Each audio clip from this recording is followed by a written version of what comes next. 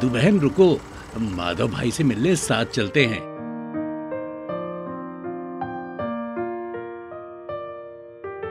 माधव भाई, मैंने सुना है कि इस बार आपको गन्ने की पैदावार बहुत अच्छी मिलेगी। मौसम ने अच्छा साथ दिया है, पर्याप्त वर्षा भी मिली है। जल्दी आपकी फसल भी कटने वाली है। हाँ मधु बहन, लगता तो ऐसा ही है। माधव भाई के खेतों पर फसल काटने के लिए कई प्रवासी मजदूर भी आएंगे। सही कह रहे हैं आप लोग। इस साल उम्मीद तो यही है कि मुझे अच्छी पैदावार मिलेगी।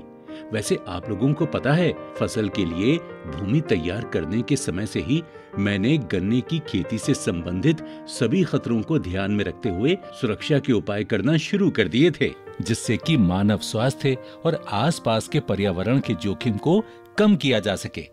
हम सभी को कृषि में व्यावसायिक स्वास्थ्य और सुरक्षा को समझने की आवश्यकता है। प्रशिक्षण के दौरान डॉक्टर सरला और डॉक्टर सिंह ने इससे संबंधित बहुत अच्छी जानकारी दी थी। बिल्कुल सही कह रहे हैं आप माधव भाई। जान है तो जहान है। हमें भी बताइए इसके बारे में। देखो, ये तो हम जानते ही हैं कि कृषि एक व्यवसाय है जिसमें कुछ काम जोखिम भरे हैं, क्योंकि हम आमतौर पर बड़ी मशीनरी, वाहन, रसायन से काम लेते हैं। पशुओं से ऊबड़ खाबड़ जमीन, कभी ऊंचाई पर तो कभी कुओं के आसपास काम कराते हैं। हम खराब मौसम, शोरगुल और धूल मिट्टी से घिरे रहते हैं। ये जोखिम न केवल हमें बल्कि हमारे परिवार के सदस्यों को भी प्रभावित करते हैं। बिल्कुल सही कहा आपने। हमारे काम में बहुत जोखिम रहता है। मैंने खुद कई दुर्घटनाएं देखी हैं। हमें भी बताइए कि हमें खेती के दौरान किन बातों के बारे में जागरूक होना चाहिए। ठीक है, बताता हूँ। खेत में काम करने वाला व्यक्ति स्वस्थ होना चाहिए और नियमित रूप से उसे सामान्य स्वास्थ्य जांच कराते रहना चाहिए। याद रहे कि शरीर का तापमान 97 डिग्री फ़ारेनहाइट और 99 डिग्री फ़ारेनहाइट के बीच होना चाहिए। व्यक्ति को किसी भी शारीरिक बीमारी से पीड़ित नहीं होना चाहिए, जैसे कि दस्त या कोई अन्य ऐसी बीमारी जो संक्रामक हो। शौचालय की सुविधाएं सभी के लिए पर्याप्त होनी चाहिए, विशेष रूप से महिलाओं के लिए। महिलाओं के मासिक धर्म के मुद्दों को संबोधित किया जाना चाहिए और इसे ध्यान में रखते हुए ही काम सौंपा जाना चाहिए। 14 वर्ष से कम उम्र के बच्चों को खेती के काम पर नहीं रखना चाहिए। विकलांग यानी दिव्यांग व्यक्ति को उसकी क्षमता के अनुसार काम सौंपा जाना चाहिए। काम पर आए सभी व्यक्तियों को पर्याप्त आराम मिला हो और वो शराब और नशीले पदार्थ से मुक्त हों। ऑनलाइन प्रशिक्षण के माध्यम से डॉक्टर सरला ने कोरोना वायरस बीमारी की रोकथाम और लक्षणों के बारे में भी बताया, जो कि विश्व स्वास्थ्य संगठन द्वारा जारी की गई जानकारी है। भाइयों और बहनों, जब एक कोरोना संक्रमित व्यक्ति खांसता या छींकता है तो मुख्य रूप से बूंदों के माध्यम से कोविड-19 फैलता है। इसलिए ये महत्वपूर्ण है कि आप श्वास संबंधी स्वच्छता का अभ्यास करें। कोविड-19 के संक्रमण को रोकने के लिए इन बातों का खास ध्यान रखें। आमतौर पर कोविड-19 के लक्षण हैं बुखार, सूखी खांसी और थकान, लेकिन इसके अलावा भी कुछ अन्य लक्षण नजर आ सकते हैं, जिनका ध्यान रखें। माधव भाई, ये तो व्यक्ति की सेहत की बात हुई, लेकिन जब हम खेतों में काम कर रहे हों तब क्या सावधानियां बरतनी चाहिए? हाँ कमल भाई, डॉक्टर सरला ने विभिन्न चरणों में व्यावसायिक स्वास्थ्य और सुरक्षा के बारे में भी बताया है। अच्छे किसान स्वास्थ्य संबंधी खतरों, दुर्घटनाओं को कम करने और कृषि श्रमिकों की सेहत का ध्यान रखने के फायदों को समझते हैं। चोट लगने या किसी कारण बीमारी होने से व्यक्ति की सेहत तो प्रभावित होती है, साथ ही खर्चा भी बढ़ता है। अब मैं आपको विस्तार से व्यावसायिक सुरक्षा और स्वास्थ्य प्रबंधन के बारे में बताती हूँ और इसकी शुरुआत करते हैं खेती के लिए भूमि तैयार करने के समय से। हम सभी जानते हैं कि ट्रैक्टर भूमि की तैयारी के लिए इस्तेमाल की जाने वाली प्रमुख मशीनरी है। ट्रैक्टर से जुड़े जोखिम, जैसे कि ट्रैक्टर किसी चीज पर चढ़ जाना, ट्रैक्टर पलट जाना या पावर टेक ऑफ शाफ्ट में हाथ या कपड़ा फंस जाना हो सकते हैं। इसके अतिरिक्त ट्रैक्टर पर चढ़ते उतरते समय गिरने या फिसलने का खतरा या नीचे पेड़ से शाखाओं से चोट लगने की भी संभावनाएं बनी रहती हैं। ट्रैक्टर चालक को ट्रैक्टर उपयोग किए जाने वाले अन्य उपकरण की ऑपरेटिंग मैनुअल को पढ़ना चाहिए और बताई गई बातों का पालन करना चाहिए। ड्राइवर के पास वैध ड्राइविंग लाइसेंस होना आवश्यक है। उसे ट्रैक्टर चलाते समय ढीले कपड़े नहीं पहनना चाहिए और जूते जरूर पहनने चाहिए। इसके अलावा दुर्घटनाओं के जोखिम को कम करने के लिए संचालन से पहले वाहन की इस तरह जांच करनी चाहिए। सुरक्षा की जांच करें।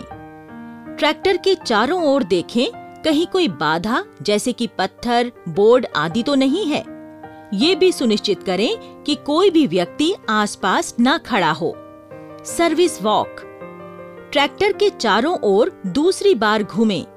देखिए कि पहिए में हवा सही हो, टायर पंक्चर ना हो, पीटीओ शाफ्ट पर कैप सही से लगा होना चाहिए। हिच पिन और सेफ्टी पिन भी सही से लगी होनी चाहिए। तेल, शीतलक या ईंधन लीक के किसी भी संकेत के लिए ट्रैक्टर के नीचे जमीन पर विशेष ध्यान दें। तेल की जांच करें। डिप स्टिक निकालें, इसे साफ करें और तेल के स्तर की जांच करें। जरूरत हो तो दोबारा भरें। ध्यान रखें कि गंदगी इंजन में ना गिरे। रेडिएटर की जांच करें। धीरे से लाल कैप को हटा दें और तरल स्तर की जांच करें। जब इंजन गर्म हो तो उस समय कैप को ना खोलें। यदि आवश्यक हो तो डिस्टिल्ड वाटर के साथ फिर से पूरा भरें। अग्निशामक सिलेंडर की जांच करें। चलाते समय या ईंधन भरने के दौरान आग लगने की स्थिति में आपके ट्रैक्टर में आग बुझाने का सिलेंडर होना चाहिए। भैया, ये तो बात हुई ट्रैक्टर की। अन्य उपकरणों के बारे में डॉक्टर सरला ने क्या बताया? हाँ मधु बहन, डॉक्टर सरला ने रसायनों और अन्य उपकरणों के इस्तेमाल के बारे में भी विस्तृत जानकारी दी थी। खेती बाड़ी में कृषि रसायनों के व्यापक उपयोग से कृषि श्रमिकों को होने वाले गंभीर स्वास्थ्य जोखिमों को रोकने के लिए उचित नियंत्रण की आवश्यकता है। इन रसायनों से त्वचा की जलन, श्वास रोगों और अन्य बीमारियों का खतरा हो सकता है। व्यक्तिगत सुरक्षा उपकरण यानी पीपीई हमें कई खतरों से सुरक्षा प्रदान करने में लाभकारी है। कृषि श्रमिकों को पहले रसायनों पर लेबल को देखना चाहिए, फिर उन्हें पढ़ना चाहिए या किसी से पढ़वा लें।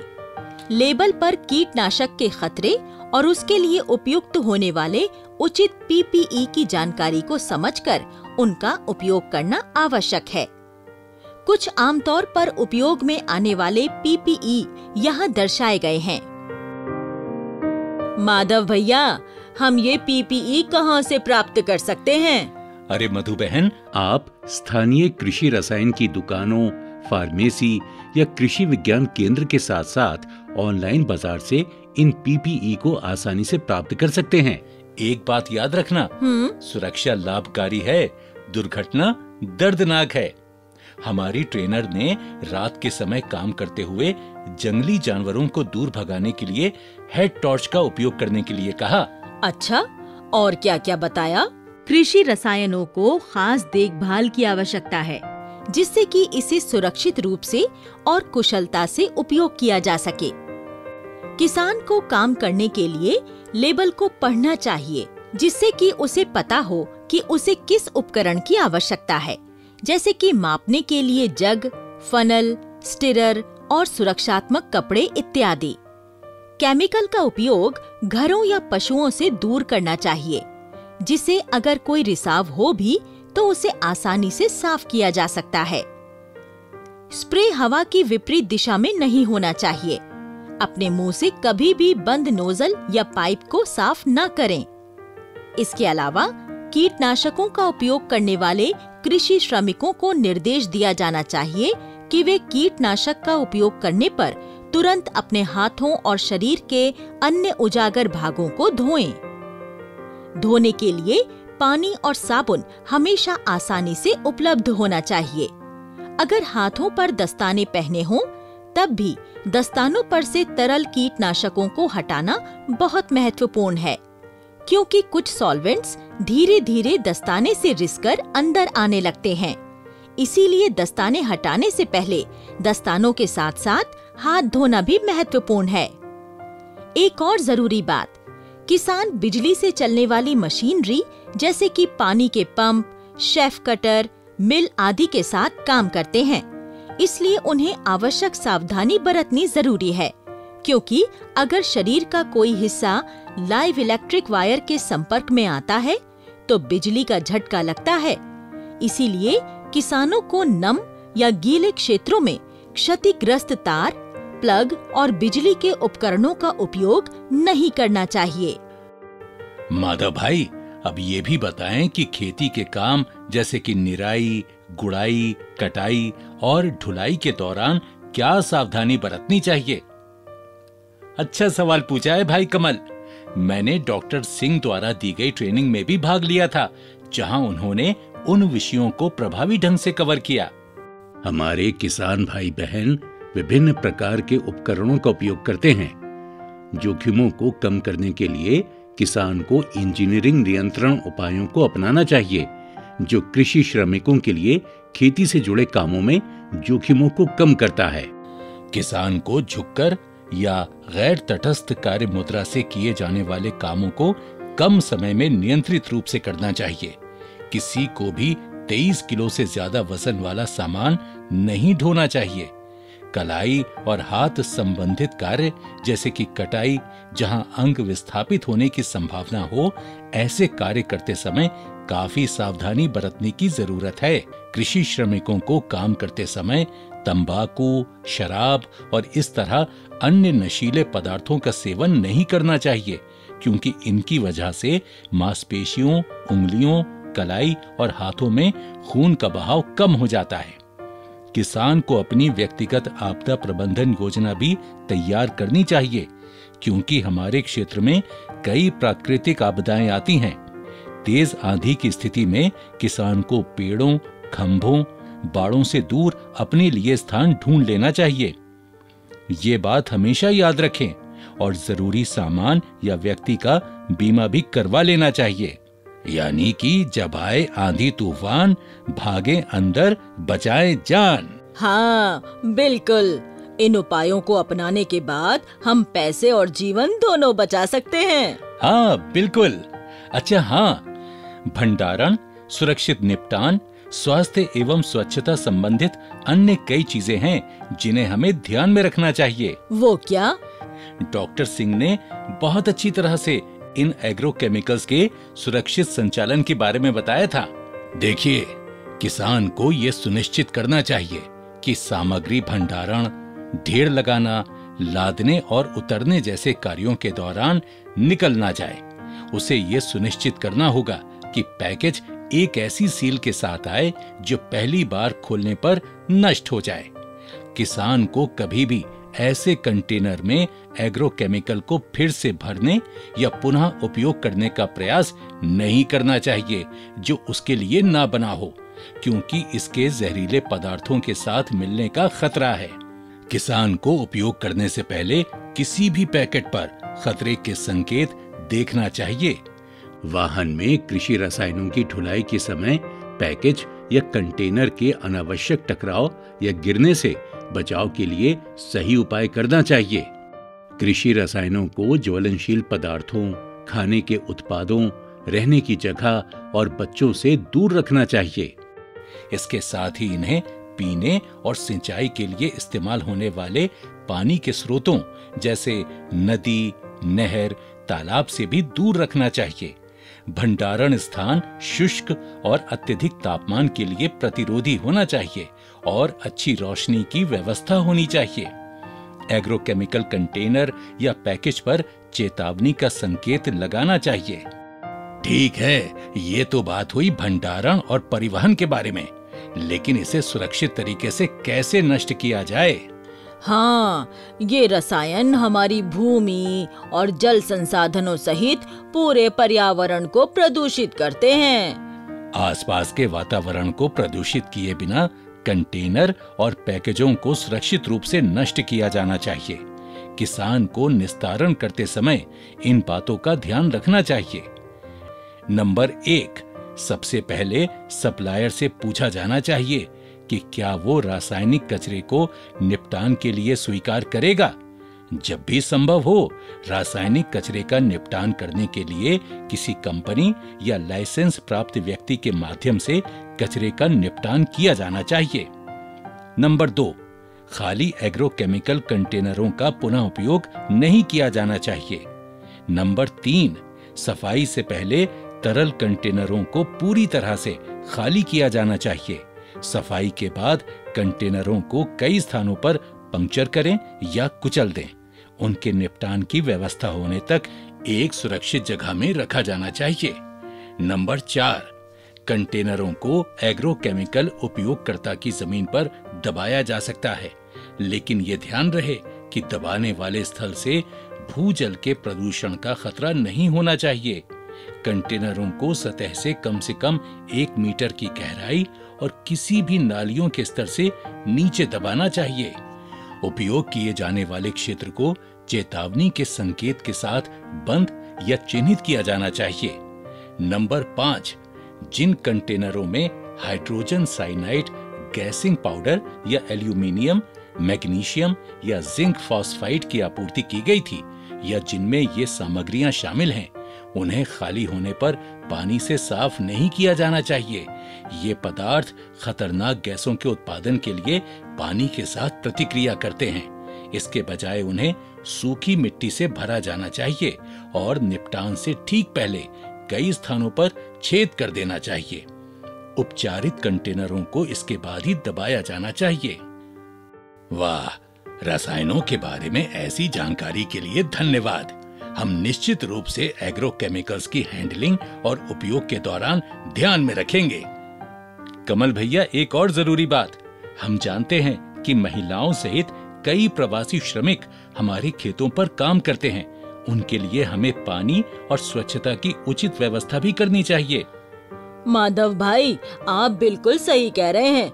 मासिक धर्म और गर्भावस्था में भी महिलाएं खेतीबाड़ी के काम में भाग लेती हैं।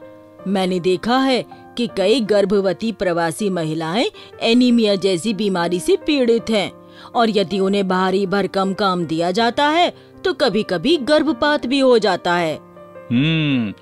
ठीक कह रही हो मधु बहन। इसलिए हमें खेतों पर भी स्वच्छ जल और साफ सफाई की समुचित व्यवस्था करने की आवश्यकता है। पानी की कमी शारीरिक और मानसिक क्षमता को कम कर देता है, जिससे उत्पादकता भी कम हो जाती है और दुर्घटनाओं का खतरा बढ़ जाता है। इसलिए पीने योग्य पर्याप्त पानी की आपूर्ति होनी चाहिए। स्वच्छ पीने के पानी के डिस्पेंसर का उपयोग किया जाना चाहिए। उन्हें बंद रखा जाना चाहिए, जिसमें पानी निकालने के लिए नल की व्यवस्था हो। खुले कंटेनर जैसे टैंक या बाल्टी जिनमें से डुबोकर पानी निकाला जाए, उनका उपयोग नहीं किया जाना चाहिए। इसके साथ ही शौचालय की व्यवस्था भी होनी चाहिए, जहां हाथ धोने की सुविधा भी होनी चाहिए। महिलाओं को मासिक धर्म और गर्भावस्था के दौरान आराम करने की अनुमति दी जानी चाहिए।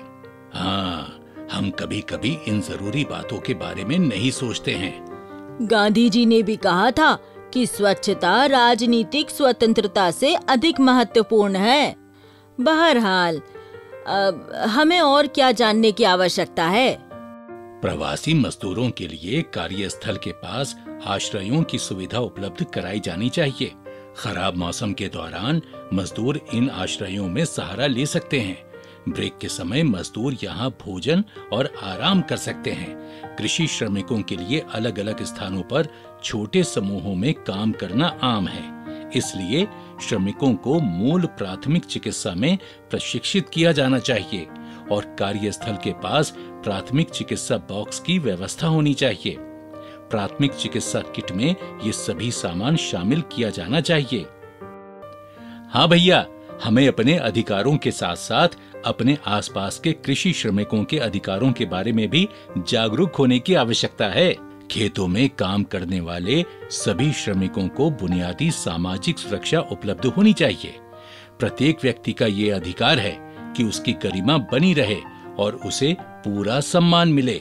सभी प्रकार की हिंसा, उत्पीड़न और कार्यस्थल में भेदभाव से बचाव हर व्यक्ति का अधिकार है। लैंगिक समानता को बढ़ावा दिया जाना चाहिए।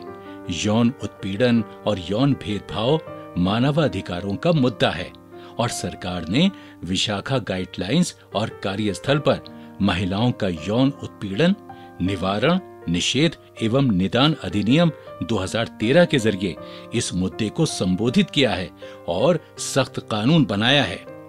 किसान को नर्सरी, डे केयर और नर्सिंग की सुविधा भी प्रदान करनी चाहिए, विशेषकर जहां महिलाएं खेत श्रमिकों के रूप में कार्यरत हैं। इससे श्रमिकों की उत्पादकता बढ़ेगी और वो काम से ज्यादा छुट्टी नहीं लेंगे।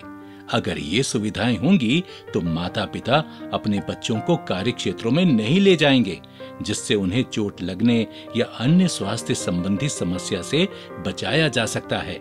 ढके छुपे रूप से हो रहे बाल श्रम की घटनाओं को भी इस तरह से कम किया जा सकता है। इससे श्रमिकों की उत्पादकता बढ़ेगी और वो काम से ज्यादा छुट्टी नहीं लेंगे। और अगर हम सब इन बातों का ध्यान रखेंगे तो व्यक्तियों के साथ ही फसल का स्वास्थ्य और पैदावार तो अच्छी होगी ना। वाह भाई वाह माधव भाई, आप हमेशा कितनी अच्छी बातें बताते हैं। हम जरूर इन्हें याद रखेंगे और दूसरों को भी बताएंगे। सुरक्षा सावधानी बढ़ाना है, खेती को समृद्ध बनाना है।